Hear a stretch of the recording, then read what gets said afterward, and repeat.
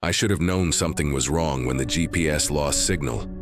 Out on the highway, surrounded by nothing but endless fields of corn, you expect a dropped bar or two. But this wasn't just bad reception. The screen went completely blank, then rerouted me onto a road I didn't remember seeing on the map. At first, I thought nothing of it. A shortcut maybe, just another back road. But that one decision, taking that turn, ruined everything. If you're hearing this, promise me you'll never follow where your GPS wants to take you if the road isn't T on a map.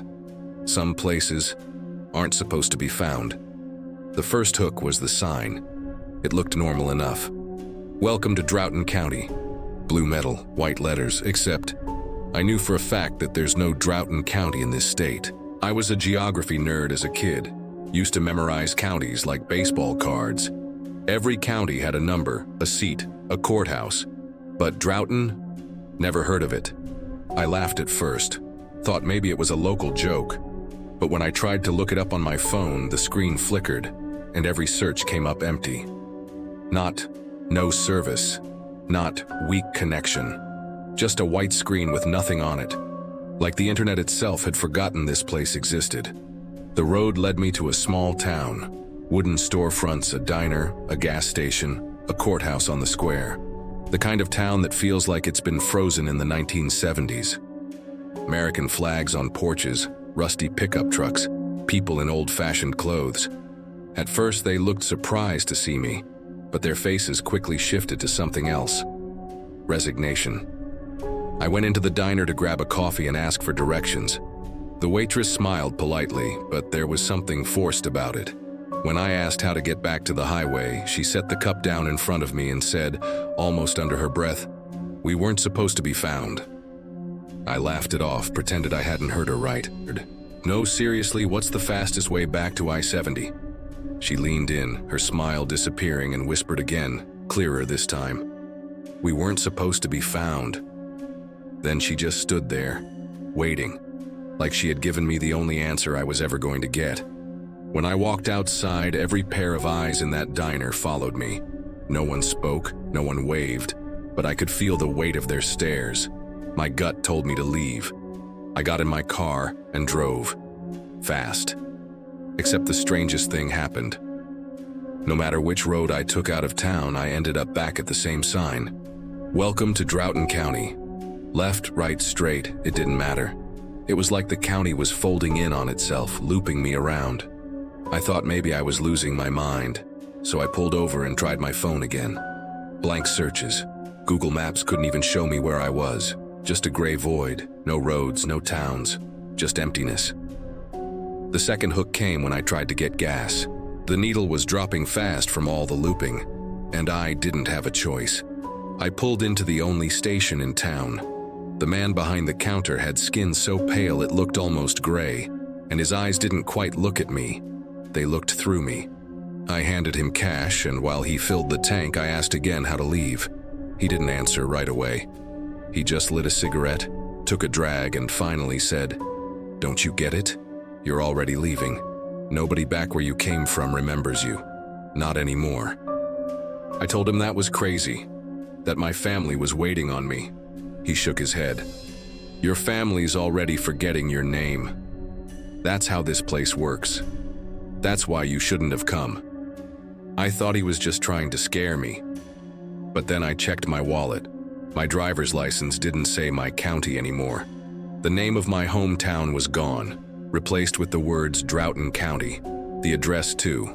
And worse, the photo wasn't quite mine. It looked like me, but older, sunken, tired. I dropped it like it was burning me. When I looked back up, the gas station man was gone. No door opened, no sound of footsteps, just gone. My tank was full, but he'd vanished into thin air. Panicked, I decided to drive until my car broke down if I had to.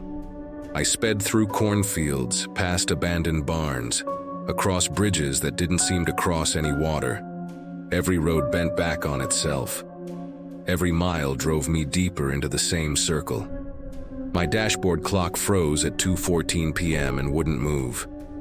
Even the sun seemed stuck, hovering in the same patch of sky, never shifting. That's when I noticed the courthouse. No matter where I drove, it was always there, visible in the distance. A white columned building with a clock tower, old brickwork. I finally gave up and parked in front of it. The door was unlocked, the halls empty. Inside were dusty portraits of men and women, presumably county officials, but none of their names matched anything I'd ever read in a history book. Sheriff Eldon Maris, Judge Lillian Coates, Governor Alton Wicks. None of them exist in U.S. history. And yet the dates under their portraits went back centuries.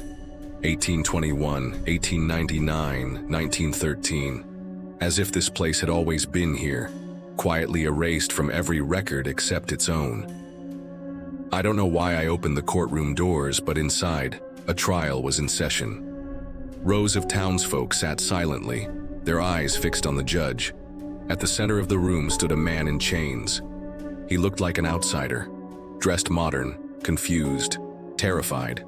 The judge raised her gavel and said, "This one tried to leave. The sentence is incorporation." The gavel came down with a crack that echoed like thunder. The man screamed, and in an instant, he wasn't standing anymore. He was just gone. No trace of him remained. The townsfolk didn't clap, didn't cheer. They just stared straight ahead as if nothing unusual had happened. That was the third hook. I tried to run, but two men in deputy uniforms grabbed me and dragged me into the aisle. The judge peered down at me from the bench. "Another rediscovered soul," she said, her voice booming without a microphone. "You were never meant to find us, but since you have, you must join us." I begged, I screamed, I told her I wasn't staying. She only shook her head. "Your name is already gone. Your face is already changing. The more you resist, the harder it will be." The townsfolk all turned to look at me in unison. Rows and rows of blank, resigned faces, staring, waiting. I broke free and bolted out of the courthouse, not looking back. My car was still there, keys in the ignition. I drove like hell, ignoring the looping roads, ignoring the courthouse that followed me everywhere I turned. I drove until the gas gauge was nearly empty again, and then, suddenly, just like that, I was back on the interstate. Cars, billboards, everything normal. The clock on my dashboard jumped to 4:46 p.m. The sun had moved. It was like nothing had happened. But when I pulled into a rest stop to catch my breath, I saw something that froze me. A family was walking to their car. Mom, dad, 2 kids. Their license plate read Droughton County. I asked them where they were from. The mom smiled politely, just like the waitress, and said, "Oh, just a small county. You wouldn't know it." Then, before I could say another word, she leaned closer and whispered, "We weren't supposed to be found." And when I checked my wallet again, my ID still didn't have my hometown on it, just Droughton County. I've tried telling people since then, showing them the license, but no one reacts. They just glance at it and say, "Huh, never heard of it," before forgetting the conversation entirely. My family calls less and less. Old friends don't text back anymore. I think the gas station man was right. They're forgetting me. I'm being erased. I don't know how much longer I'll be here or how long until I vanish completely. But if you're driving through the Midwest and your GPS glitches, if you see a sign for a county that doesn't exist, don't stop. Don't ask questions. Don't even slow down. Keep driving, because once you see Droughton County, it already sees you. And once it sees you, you'll never leave.